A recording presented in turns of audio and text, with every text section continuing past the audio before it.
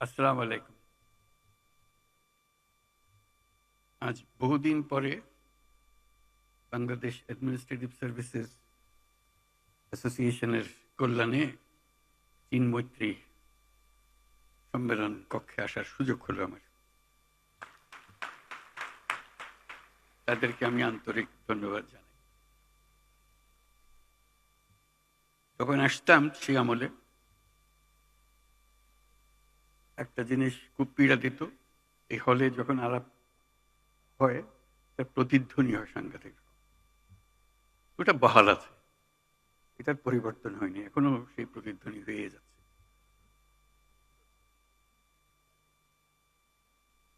আমি আজকে খুশি এই জন্যই আপনাদের আমন্ত্রণে যে আপনারা সপরিবারে এসছেন। পরিবারের সঙ্গে দেখা হওয়ার আমাদের খুব একটা সুযোগ হয় না, শুধু আপনাদের সঙ্গেই দেখা হয়। এখন আজকে সপরিবারে এসছেন বলে অ্যাডমিনিস্ট্রেটিভ সার্ভিসের যারা জড়িত আছেন তাদের পরিবারের সঙ্গে দেখা করার সুযোগ হলো। তাদেরকে আমি অভিনন্দন জানাচ্ছি, ধন্যবাদ জানাচ্ছি। এই হলের কথা মনে করতে গিয়ে আরেকটা কথা মনে পড়ল। বহুকাল আগে 1987 সনে আমাকে একটা সম্মেলনে ডাকা হয়েছিল। সেখানে একটা প্রবন্ধ পাঠ করেছিলাম। তার শিরোনাম ছিল গ্রোয়িং আপ উইথ জায়ান্টস। লোকে প্রথমে একটু চিন্তিত ছিল, এটা কি হলো, জায়ান্ট কোথায়? আমি যেটা ব্যাখ্যা করলাম যে আমাদের বাংলাদেশ একটা সুবর্ণ সুযোগ। আমরা যে জাতি হিসেবে আমাদের যে অবস্থান, একটা চমৎকার অবস্থান। দুই পাশে দুই মহাশক্তি আমাদের, ভারত আর চীন। তারা দ্রুত গতিতে এগিয়ে যাবে। আমরা যেহেতু মাঝখানে আছি, আমাদেরকে ফেলে যেতে পারবে না।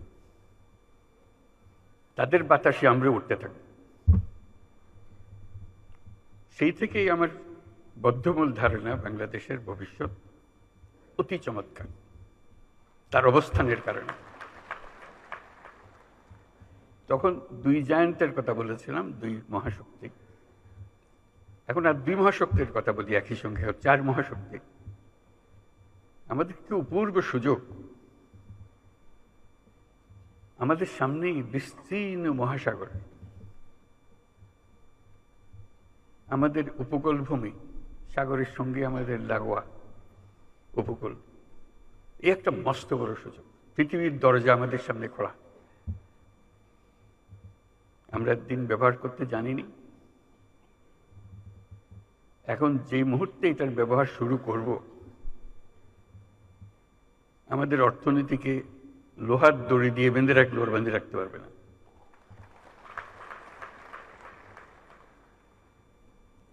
এবং আমাদের উত্তরে হলো সে বিখ্যাত হিমালয় পর্বতমালা,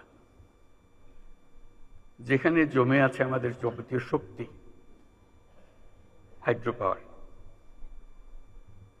কত শক্তি দরকার বাংলাদেশের, এখানে সব জমা আছে, হারিয়ে যাচ্ছে না, শুধু নেবার অপেক্ষায়। শুধু প্রতিবেশী দেশের সঙ্গে একটা সম্পর্ক করা, যাতে করে আমরা এই 40 মাইল বা যে দূরত্বটুকু দুই দেশের মধ্যে আছে, নেপাল আর বাংলাদেশের মধ্যে, ওটুকু অতিক্রম করা। আর দিচ্ছ না, ওরা এক পায়ে খাড়া। নেপাল বারে বারে বলছে আমাদের এটা নিয়ে যাও, আমরা এক পায়ে খাড়া নেবার জন্য। মাঝখানে ওইটুকু পথ অতিক্রম করার সুযোগ আমাদের এখন দেওয়া হচ্ছে না। আশা করি তাদেরই কারণে, তাদের অর্থনৈতিক কারণে সেটা আমাদেরকে দেবে। এটা সবার মঙ্গলের জন্য, কারো একজনের উপকার একজনের অপকার এরকম কিছু না। যদি আমরা সেই পথটা খুলে পাই, এখন সামান্য কিছু পেয়েছি, ওটাও কিছুই না, বড় আকারে যদি পাই, বাংলাদেশকে আটকে রাখার কোনো ক্ষমতা কারো নাই। আমরা মহা সৌভাগ্যবান এক জাতি, তার অবস্থানের কারণে। সেই জাতির দুঃখ কেন থাকবে আমি বুঝতে পারি না। এটা আমাদের কপালের দোষ নাকি আমাদের চরিত্রের দোষ না আমাদের চিন্তার দোষ? যদি হয়ে থাকে সেগুলোর থেকে আমরা মুক্ত হই। আমরা তো তড়িৎ গতিতে এগিয়ে যেতে চাই। এটা একটা মহাশক্তিধর অর্থনীতি তৈরি হবে। আজকে কুমিরা থেকে টেকনাফ পর্যন্ত যে উপকূল ভূমি, সেখানে যদি কাতারে কাতারে সব নৌবন্দর স্থাপন হয়, মাতার বাড়ির গভীর সমুদ্র বন্দর পর্যন্ত যদি আমরা দুনিয়ার সব জাহাজকে আশ্রয় দিতে পারি, তাদের কাজ করার জন্য সুযোগ সুবিধা দিতে পারি, আমাদেরকে আটকাবে কে? এবং শুধু যে সমুদ্র বন্দর আমরা ব্যবহার করব, আমাদের মালামাল যাবে, তা তো না। আমাদের একটা নিজস্ব অর্থনৈতিক অঞ্চল আছে, সেই অঞ্চলটাকে আমরা এখনো খুলতে পারিনি, কিন্তু অঞ্চল অপেক্ষা করছে আমাদের জন্য। আমাদের অঞ্চল হলো, উত্তরে হলো নেপাল আমাদের অঞ্চল। নেপালের সৌভাগ্য, তারা হিমালয় পর্বতের পাদদেশে আছে। দুর্ভাগ্য হলো সমুদ্রের দেখা তাদের হয় না। তাদের সমুদ্র দেখতে হলে আমাদের মাঝখান দিয়ে দেখতে হবে, আমাদের মাধ্যমে দেখতে হবে। সে পথ আমরা করে দিই, আমরা একসঙ্গে যৌথ অর্থনীতি গড়ে তুলি। তার সমুদ্রের অভাব, আমার পর্বতের অভাব, হাইড্রো, দুই অভাব একসঙ্গে পূরণ করি দুজনে। ভুটান একই কাণ্ড, তারও সমুদ্র দর্শন হয় নাই। তাকে সমুদ্রে আসতে হলে আমার পথ দিয়ে আসতে হবে, আমরা তাকে স্বাগত জানাই। তেমনি ভারতের পূর্বাঞ্চল একই অবস্থা, নেপালের যে অবস্থা, ভুটানের যে অবস্থা, ভারতের সেভেন সিস্টারের একই অবস্থা। তার সমুদ্র দর্শন তার হয় না, হবে না। তার সঙ্গে আমরা যোগ দিই একসঙ্গে এই অর্থনৈতিক অঞ্চল। আমাদের যে সমুদ্র বন্দর, তাদের মাল আনা নেওয়া করবে, আমাদের মাল আনা নেওয়া করবে, তাদের কাছে যাবে। তাদের অর্থনীতি আমাদের অর্থনীতি একসঙ্গে জাগবে। তারাও খুব কষ্টের অবস্থায় আছে, তারা খুব ভালো অবস্থায় নেই। তারা এই সুযোগ পেলে তারাও আনন্দিত, তাদের ব্যবসা আমাদের ব্যবসা, রমরমা ব্যবসা হবে, একসঙ্গে ব্যবসা হবে। এগুলো বললাম এই জন্য, আমরা ভবিষ্যৎ সম্বন্ধে অনেকটা হতাশায় ভুগি। হতাশার তো কারণ নাই, এটা আনন্দের বিষয়। আমাদের যেই অবস্থান, যে সুযোগ সুবিধা, শুধু সেগুলোকে আহরণ করা, কাজে লাগানো। প্রক্রিয়া শুরু হয়েছে, এই প্রক্রিয়াকে জোরদার করা, যাতে করে আমরা এই অর্থনৈতিক অঞ্চল গড়ে তুলতে পারি। মালামাল সোজা চলে যাবে নেপালে, সোজা চলে যাবে ভুটানে, সোজা চলে যাবে সেভেন সিস্টার্সে। তাদের মালামাল আমাদের মাঝখান দিয়ে, আমাদের ব্যবসা তাদের ওখানে যাবে, তাদের ব্যবসা আমাদের এখানে আসবে। সেটাই তো হলো অর্থনীতি। কাজেই প্রাকৃতিক দিক থেকে আমরা খুবই সৌভাগ্যবান। তার চেয়েও একটা বড় সৌভাগ্যবান আমরা, আমাদের একটা মস্ত বড় জনসংখ্যা। আগে মনে করতাম এটা বড় বোঝা বলে, এটা সম্পদ, মানব সম্পদ। যেহেতু প্রযুক্তি আসার ফলে কোনো মানুষই আর কোনো বোঝা নয়, প্রতিটি মানুষই হলো এখন সম্পদ, উদ্ভাবনের সম্পদ, এন্টারপ্রেনিয়রশিপের সম্পদ, নতুন আবিষ্কারের সম্পদ। আমরা সেই সম্পদের সম্পদশালী। আমরা পৃথিবীর 8ম জনসংখ্যার দেশ। কাজে সোজা কথা না, তলারের জায়গা না, একদম উপরের জায়গা। মানুষ এগোতে পারছে না বহু দেশে তার মানুষের অভাবে। আমরা যে মধ্যপ্রাচ্যের লোক পাঠাই, তারা কোন দুঃখে আমাদেরকে নেয়? তাদের লোক নাই, সেই জন্য আমাদেরকে ডাকে। পৃথিবীর সব লোক বসে আছে কখন আমাদের থেকে লোক পাবে। আমি প্রায় বলেছি, চীন যেভাবে অগ্রসর হচ্ছে, চীন হলো সবচেয়ে বেশি সর্বোচ্চ সংখ্যক জনসংখ্যার দেশ। আমাদের যেভাবে অগ্রসর হচ্ছে কিছুদিন পরে বোধহয় আমাদের কাছ থেকে লোক চাইবে, তার এত টান পড়বে তখন। এই হলো আমাদের সুযোগ। আমাদের সুযোগ শুধু সংখ্যায় না, আমি সংখ্যার উপর বেশি গুরুত্ব দিচ্ছি না, সংখ্যা গুরুত্বপূর্ণ, কিন্তু প্রতিটি তরুণ বাংলাদেশের মহাশক্তি, মহাপ্রচণ্ড শক্তি। সেই তারুণ্য বিশ্ব জয় করতে পারে। সেই তারুণ্য আমাদের যত রকমের অভাব আছে, যত রকমের ঘাটতি আছে, তার চাইতে অনেক বেশি সে নিয়ে আসতে পারে। সে একটু সম্পূর্ণ ভিন্ন এক প্রজন্ম। সেই প্রজন্মের জন্য দরজা খুলে দিতে হবে। আমরা শুধু বসে আছি দরজা তালা লাগানোর জন্য। এটা বলতে পারি, এটা অনাবশ্যক, যদি সবাই অনুভব করি। আমাদের তারুণ্য জুলাই মাসে যা দেখিয়েছে, আগস্ট মাসে যা দেখিয়েছে, সেটা তো পৃথিবীর একটা অনন্য দৃষ্টান্ত। এটা সাধারণ একটা ঘটনা না, যেরকম করে অন্য দেশে বিপ্লব হয়, এই হয়। এই বিপ্লব কোথাও হয় নাই। তার প্রতিটি জিনিস যদি আপনারা বিচারে বসেন, দেখবেন যে এটা প্রতিটি দিক থেকে অনন্য। সেই অনন্য ক্ষমতা এই দেশের তরুণদের মধ্যে আছে। এটা হারিয়ে যাবে না। আপনারা মনে করেন না যে এটা এক ঘটনায় শেষ। এটা শেষ হয়নি, শুরু হলো মাত্র। কাজেই সেইভাবে আমাদেরকে এই তরুণদের সুযোগ দিতে হবে। আমরা সুযোগ আছে, নিতে চাচ্ছি না। আমি ছোট্ট একটা উদাহরণ দেব, ব্যক্তিগত উদাহরণ। ডাক্তাররা আমাদের কাছে আক্ষেপ করে, হাসপাতালের আক্ষেপ করে, যখন আমরা বলি আপনারা কেরালা থেকে কেন নার্স আনেন, বলে দেশে নার্স নাই। ডাক্তাররা আমাদেরকে বলে আমাদের এমন স্বাস্থ্য ব্যবস্থা, এখানে প্রতিজন নার্সের বিপরীতে আমাদের 3 জন ডাক্তার আছে। রেশিও হলো 1:3, একজন নার্স 3 জন ডাক্তার। পৃথিবীর মানুষ হা হয়ে যায় কথা শুনে। কেন হওয়া উচিত ছিল উল্টাটা, একজন ডাক্তারের পেছনে 3 জন নার্স অন্তত।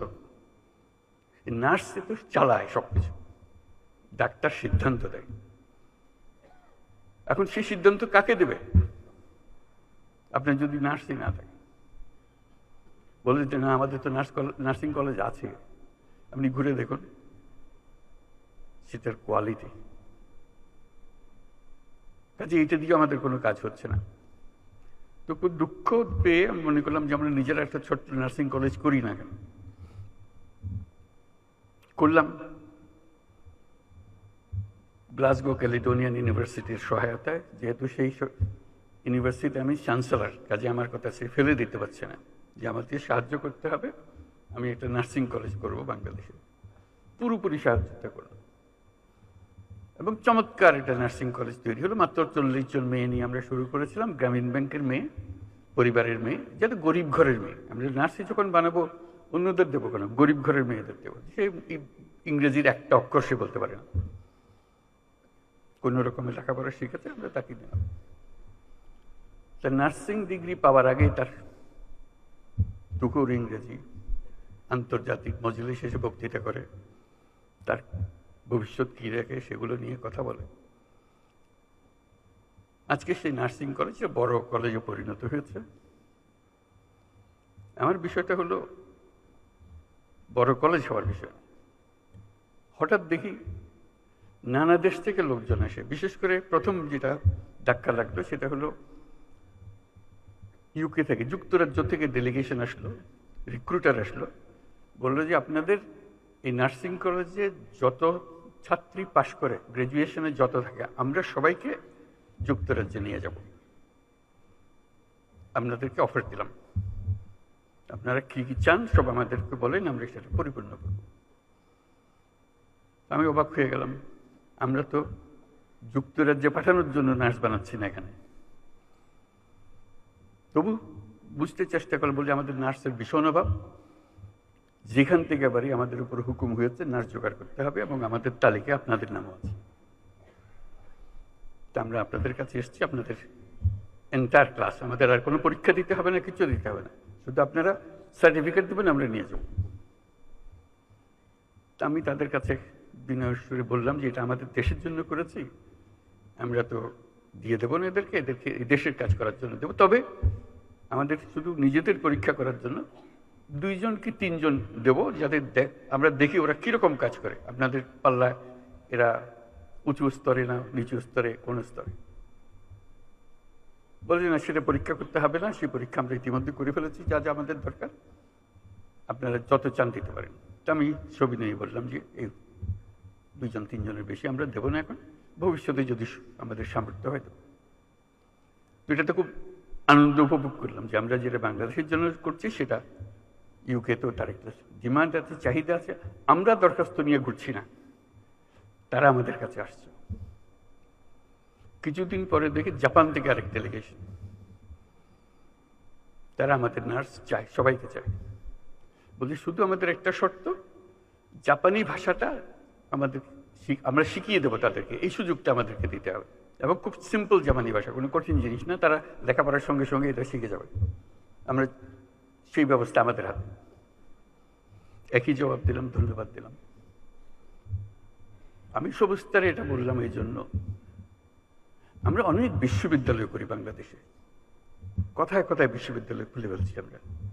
এত বিশ্ববিদ্যালয় যখন আছে, বিশ্ববিদ্যালয়ের সঙ্গে একটা করে নার্সিং কলেজ যোগ করে দেন, অন্তত মেয়েগুলো ছেলেগুলো যারা শিখবে দেশেরও কাজে লাগবে, সঙ্গে সঙ্গে আন্তর্জাতিক ক্ষেত্রে এই চাহিদা কোনোদিন মেটাতে পারবে না কেউ। আমরা যত নার্স বানাতে পারি, অফুরন্ত চাহিদা। তাও চিন্তাটা কিসের আমাদের চিন্তার দোষ, কপালের দোষ, তা না হলে আমরা পারছি না করা, অন্তত আদর করে নিয়ে যেতে চাচ্ছি। তারপরে দেখলাম আরেক চাহিদা, এই আমাদের এই ছোট জায়গাতে, ছোট কাজের মধ্যে কেয়ার গিভার, আপনারা সবাই জানেন, কিচ্ছু না, 6 মাসের ট্রেনিং। 6 মাসের ট্রেনিং দিলে জাপান হাজারে হাজারে নিয়ে যাবে, ইউরোপ হাজারে হাজারে নিয়ে যাবে, শুধু 6 মাসের ট্রেনিং। আমরা পারছি না কেন? আমরা স্বাস্থ্য মন্ত্রণালয় এমন এক জিনিস বানিয়েছি যেটা যখনই বসে সবার দুঃখে ভরে যায়, কিভাবে সিস্টেমটা চলছে বা চলছে না। আপনারাও দুঃখ করেন, আমরাও দুঃখ করি। কাঠামোগতভাবে এমন এক জিনিস, এটা বুঝতে পারি না এটার থেকে উদ্ধারের উপায় কি। কাজে আমাদের জগৎটা, আমাদের সামনে বিশাল জগৎ, শুধু আমাদের সিদ্ধান্ত এবং আমাদের কর্মসূচিগুলো ঠিক করার অপেক্ষায়। এই যে এত বড় সুযোগ আমাদের আছে এবং এগুলো বাস্তবায়ন হবে, এটা নিয়ে আমার চিন্তা নেই। এই তারুণ্য আমাদের আছে, এই মেয়েরাও আছে আমাদের, এই প্রাকৃতিক সুযোগগুলো আমাদের আছে। আমাদের সবচেয়ে বড় সমস্যা দুর্নীতি, সব শেষ করে দিয়েছে। স্বাস্থ্য মন্ত্রণালয়ের একটা কথা শুধু বললাম, একটা উদাহরণ, এই উদাহরণ সর্বত্র। যে কোনো পরীক্ষায় আপনারা দেখবেন বাংলাদেশ দুর্নীতির তালিকায় সর্বনিম্নে। সততা বলে আমাদের আর কোনো জিনিস নাই, শৃঙ্খলা বলতে আমাদের আর কোনো জিনিস নাই। কাজে এই দুর্নীতি থেকে বাইর না হলে এই কোনোটাই হবে না। আমরা আজকে অ্যাডমিনিস্ট্রেটিভ সার্ভিসেসের সমিতির সম্মেলনে এসেছি। কাজে এই দুর্নীতি কোথায় আছে, কিভাবে আছে, তাদের অজানা নয়। এবং এটা ছাড়া, এটার থেকে উদ্ধার পাওয়া ছাড়া বাংলাদেশের কোনো গতি নাই। এটার থেকে বের হতেই হবে আমাদের। আর সব কথা আপনি বাদ রেখে দেন, আমরা সব বুঝি। এটার থেকে বেরোতে হবে। এটার থেকে আমরা কেউ মুক্ত হতে পারছি না, এমন গভীরে ঢুকে গেছে এটা। এবং আমরা যত বক্তৃতাই করি, এটা অসার বক্তৃতা। যদি না ওই স্কেলে আমরা একটা সৎ জাতি হিসেবে নিজেকে প্রতিষ্ঠিত করতে না পারি, আমরা অল্প সময়ের জন্য অন্তর্বর্তী সরকারের মধ্যে আছি, দুর্নীতির কতটুকু সমাধান দিতে পারবো জানি না। তবে আসাম থেকে আমরা একটা চেষ্টা করছি, দেখেছি অতীতেও চেষ্টা হয়েছে এটা, কিন্তু কাগজে পত্রের চেষ্টার মতো রয়ে গেছে, এটা কাজে লাগেনি। একটা চেষ্টা আজকে সকালেও বলছিলাম, সেটা এটা হচ্ছে অনলাইন সার্ভিস। সব তৈরি আছে, কাজে লাগাতে পারছে না।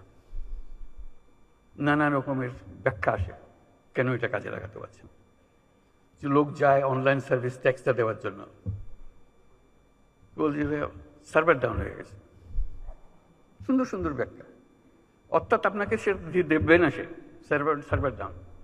আরেক জায়গায় আরেক ব্যাখ্যা দেবে না, ভূমি মন্ত্রণালয়, তার সব কিছু রেডি আছে। এমন জায়গা নেই আন্তর্জাতিক সহায়তার কারণে এগুলো তৈরি হয়েছে, কাজে লাগানো হয়নি। আন্তর্জাতিক সম্প্রদায় চাই আমরা দুর্নীতিমুক্ত হই, কারণ দুর্নীতিমুক্ত না হওয়া পর্যন্ত আমার সঙ্গে ব্যবসা বাণিজ্য কিছুই চলছে না। তারাও চায় আমাদের সঙ্গে ব্যবসা বাণিজ্য করে তাদের লাভের জন্য, কিন্তু আমরা তাদেরকে সুযোগ দিতে চাই না। আমরা ব্যক্তিগত সুযোগ নিয়ে ব্যস্ত আছি, জাতির সুযোগের জন্য আমরা মোটেই চিন্তিত না। আমাদের সেই চিন্তা পাল্টাতে হবে। কাজে অনুরোধ, আজকে যারা সরকারের কার্যক্রমে আছেন, কিন্তু সরকারটা হলো গোড়া, দুর্নীতির গোড়া হলো সরকার, সেখান থেকে সরকার বিস্তৃত হয়। কাজে এই সরকার যদি দেশের উপকারে আসতে চায়, তাহলে এটার থেকে আমাদেরকে মুক্তি দিতে হবে। সে আবেদন আজকে করব যে আমরা থাকা অবস্থায় আমরা যেন প্রতিটি ক্ষেত্রে অনলাইন সার্ভিস যেগুলো তৈরি আছে, ভবিষ্যতে তৈরি হবে সেগুলোর কথা বলছি, যেগুলো তৈরি আছে এটা 100% আমরা ইমপ্লিমেন্ট করে যেতে পারি।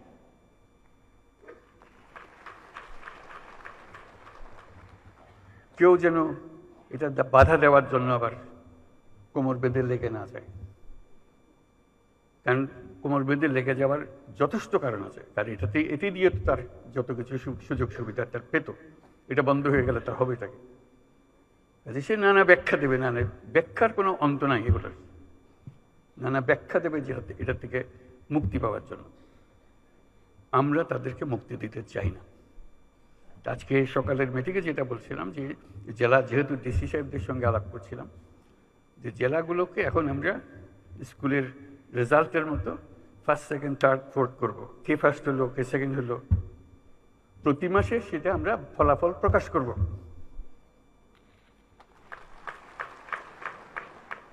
কিচ্ছু না, সাধারণ কথা, যে আপনার জেলায় করদানে অমুকে অমুকে কত শতাংশ এখন অনলাইন হচ্ছে।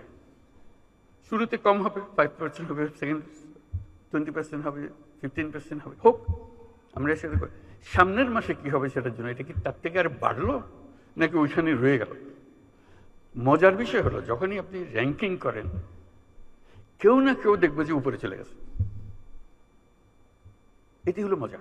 কাউকে ওর শাস্তি দেওয়ার কিছু নেই, যে কম আছে তারা শাস্তি দেওয়ার কথা, যে ভালো করছে তাকে বাহবা দেওয়া, তাকে সবার সামনে দাঁড়িয়ে ফুলের মালা পরিয়ে দেওয়া, যে করেছে পাশে। তখন আরেকজনের মনে ঈর্ষা জাগে, ওর থেকে আমি অনেক ভালো করতে পারি, আমি করবে আবার দেখিয়ে দেবো কি করে করতে হয়।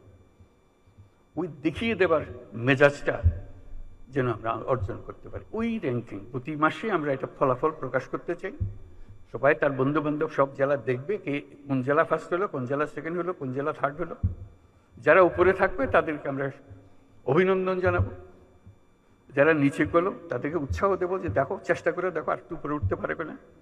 গতবার তো তুমি ভালোই করতেছিলে, আবার নিচে নেমে গেলে কেন, কি হয়েছে আমাদেরকে বলো, তোমার কি সাহায্য করে, যাতে করে আস্তে আস্তে ওই 100%-এ চলে যেতে পারে। অর্থাৎ আমার জেলায় যে কোনো জায়গা যেখানে আমার অনলাইনের সিস্টেম আমাকে দেওয়া হয়েছে, আমি 100% এটা ইমপ্লিমেন্ট করেছি। এই প্রতিজ্ঞা আমরা আজকের সবাই নিয়ে নিলাম। এটা শুধু আমার অনুরোধ, আমরা থাকতে থাকতে করে ফেলেন, যেহেতু আমাদেরও একটা আগ্রহ আছে জিনিসটা করে যাওয়ার, আপনাদেরও নিশ্চয়ই আগ্রহ আছে দেশের এই বড় কাজটা করে যাওয়ার। কারণ এটা হলো লোহার ফটক, এটা অতিক্রম না করলে উন্নতি বলেন কি বলেন কিচ্ছু আসবে না, কিচ্ছু হবে না। সম্মান, উন্নতি, যাই কিছু বলেন, কিচ্ছু হবে না। এটা ভদ্র লোকের সংসারের মতো হতে হবে, যে আমরা দুর্নীতিমুক্ত জাতি। সিঙ্গাপুরের মতো দেশ যদি দুর্নীতিমুক্ত হয়, আমার পাশের দেশ, আমাদের কি কি আছে, করতে পারবো না। আমরা পারবো যদি আমরা সবাই মিলে এই কাজটা, আর কিচ্ছু না, শুধু একটা জিনিস বলতেছি, আর বহু জিনিস আছে, বহু কাজ আছে যেখানে দুর্নীতিতে ডুবে আছে। আমরা শুধু একটা জিনিস, অন্যগুলো চেষ্টা করব, কিন্তু হয়তো পরিষ্কারভাবে ধরতে পারবে না কোথায় কি হচ্ছে, কিন্তু এটাতে আমরা পারবো। এটাতে শুধু অনলাইন সার্ভিসটা প্রোভাইড করা, এটাতে সফল হলে দেখবে যে আরো উৎসব আসবে। বহু রকমের বুদ্ধি আছে, দুর্নীতি কেবল আমাদের দেশে না। এবার জাতিসংঘের বৈঠকে যখন আলাপ করছি, তখন এক বৈঠকে ইউরোপিয়ান ইউনিয়নের যিনি প্রেসিডেন্ট উর্সুলা, তার সঙ্গে আলাপ করতেছিলাম। বললাম যে আমরা দুর্নীতিতে সাংঘাতিক অবস্থায় আছি, আমাদেরকে সাহায্য করতে হবে। কিভাবে আমরা দুর্নীতি থেকে মুক্ত হব, কি কি মেকানিজম আছে, কি কি টেকনোলজি আছে, যেগুলো আমাদেরকে দেখিয়ে দিতে হবে। উনি হাসলেন, বলে সমস্যা তো শুধু একা তোমার না। আমি যে কেন? বলে এই সমস্যা তো আমাদের ইউরোপিয়ান ইউনিয়নেরও। আমি খুব অবাক হলাম, আমাদের সমস্যা কোথায় আর ইউরোপিয়ান ইউনিয়নের সমস্যা কোথায়? উনি বললেন যে দেখো তো, আমাদের বিরাট অসংখ্য দেশ, 27টা দেশ।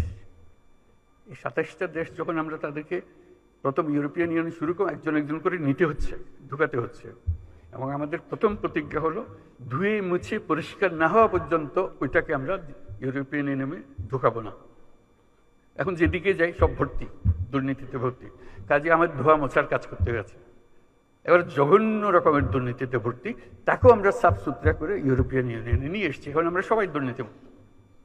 ইউরোপিয়ানের সদস্য হওয়া মানে হলো দুর্নীতিমুক্ত, এটা আমরা নিশ্চিত। কাজে তোমরা যত রকমই করে থাকো, যত দুর্নীতি বলো, আমাদের সব জানা, আমরা তোমাদের সাহায্য করতে পারবো। আমি তার খুব আশান্বিত করলাম, আমি খুব আশান্বিত হলাম তার কথা শুনে। বললাম যে তুমি আমাকে উৎসাহিত করলে, এটা লেটস ডু ইট টুগেদার, আমাদের একটু সাহায্য করেন। উনি বলে তোমার যা লাগে, আমার ব্যক্তিগত প্রতিজ্ঞা রইল, আমি উইল সাপোর্ট ইউ। এটা বললাম ওনার সাপোর্টের বিষয় না, দুর্নীতি থেকে মানুষ বের হয়ে এসছে, এটা সম্ভব, এটা অসম্ভব কিছু না, এটা বলার জন্য শুধু চেষ্টার দরকার, শুধু আমাদের প্রতিজ্ঞার দরকার যে আমরা এটা করবো। এটা ছাড়া আমরা যত মিষ্টি কথাই বলি, সব অসার। দুর্নীতি থেকে আমাদের বের হতে হবে, এবং শিগগিরই হতে হবে। অপেক্ষা করলে হবে না। অপেক্ষা করলে এই আমাদের সমুদ্রও কোনো কাজে লাগবে না, আমাদের পর্বতও কোনো কাজে লাগবে না। আমাদের তরুণদেরকে আমরা জাহান্নামে ফেলে দিলাম, তারা কোন জাহান্নামে চলে আসলো, এটা কারো মুক্তি পাবে না। এই দুর্নীতি যে কত রকম, আমি শুধু দিয়ে একটা বিষয় সম্প্রতি অভিজ্ঞতা অর্জন করেছি বলে বলছি। ইউরোপ, আরব আমিরাতে গেলাম, সংযুক্ত আরব আমিরাত। আমাদের লোকের কাহিনী বর্ণনা করছিল তাদের অফিসে, বলছে আমরা তোমাদের কোনো ডকুমেন্ট আমরা বিশ্বাস করতে পারি না, এত ভুয়া। কাজের লোক হয়তো সে, কিন্তু সে সার্টিফিকেট নিয়ে এসছে, মেডিকেল ডক্টরের সার্টিফিকেট। জলজন্ত আমরা দেখতেছি ডাক্তার হতেই পারে না, দেখা যাচ্ছে ডাক্তার না সে, কিন্তু সার্টিফিকেট নিয়ে এসছে, ডাক্তারের সার্টিফিকেট। ওই ডাক্তারের সার্টিফিকেট নিয়ে চাকরি নিয়ে এখানে এসছে। আমরা কতটা বাছাই করবো? আমরা লজ্জায় মাথা হেঁট হয়ে যায় যে আমরা এটা কিছুই করতে পারতেছি না। আমরা চাকরি চাই, কিন্তু পরিষ্কারভাবে চাই। এরকম ভুয়া একজন যে চাকরি দিচ্ছে, তাকে আমি নিজেকে ডাক্তার বলে পরিচয় দিয়ে গেলাম, আসলে শেষ পর্যন্ত গিয়ে চাকরি দিব কোথাও, শুধু এখানে পার হওয়ার জন্য ডাক্তারের সার্টিফিকেট তার দরকার হয়েছে। এবং আমরা কেউ না কেউ তাকে এই সার্টিফিকেট দিচ্ছি, নিশ্চয়ই অর্থের বিনিময়ে দিচ্ছি। এবং এখানে বহু আছে, সেটা এজেন্ট আছে, সেই জোগাড় করে দেয়। শুধু একটা এজেন্ট না, এরকম বহু এজেন্ট আছে। এবং এইভাবে আমাদের বহু মেয়ে মধ্যপ্রাচ্যে হারিয়ে যাচ্ছে, নিয়ে গেছে, কিসের মধ্যে ফেলে দিয়ে আসছে কেউ জানে না। হিউম্যান ট্রাফিকিং এর কি বিষয়, বিভৎস বিষয়। এবং মেয়েদের জন্য আমাদের মেয়েরা যাচ্ছে, তার কি অবস্থায় ফিরে আসছে, যদি সশরীরে ফিরে আসতে পারে, কত লাশ কোথায় চলে যাচ্ছে সেটারও কোনো হিসাব নেই। এই কোন দেশ বানালাম আমরা? আমরা তো দায়ী। আমরা যে আজকে এখানে এসেছি, আমরাই তো দেশ চালাই, কাকে কি বলবো? আমাদের নিজের কাছে, নিজের সন্তানদের কাছে আমরা কি জবাব দেব যে কাউকে আমরা রক্ষা করতে পারছি না? এই মৃত্যুর জন্য, এই ট্রাফিকের জন্য আমরা দায়ী না? আমরাই তো দায়ী, আমরাই তো সহজ করে দিয়েছি তাকে যাওয়ার জন্য। এটা অসংখ্য কাহিনী, এগুলো আপনারাও জানেন, বহু জানেন। আমি একত্রের কথাগুলো বললাম যে এটা এই ভীষণ রোগ থেকে আমাদের সারা গায়ে ঘা, এটার থেকে মুক্ত হতে না পারলে কোনো দিকে অগ্রসর হবার আমাদের উপায় নেই। আমাদেরকে আজকে প্রতিজ্ঞা নিই, আমরা এই ঘা থেকে মুক্ত হব, সুস্থ হব। আমাদেরকেও দুর্নীতির দায়ে কেউ আমাদেরকে অভিযুক্ত করতে পারবে না। এইরকম সরকার চালাবো, এরকম সমাজ চালাবো। ধন্যবাদ সবাই।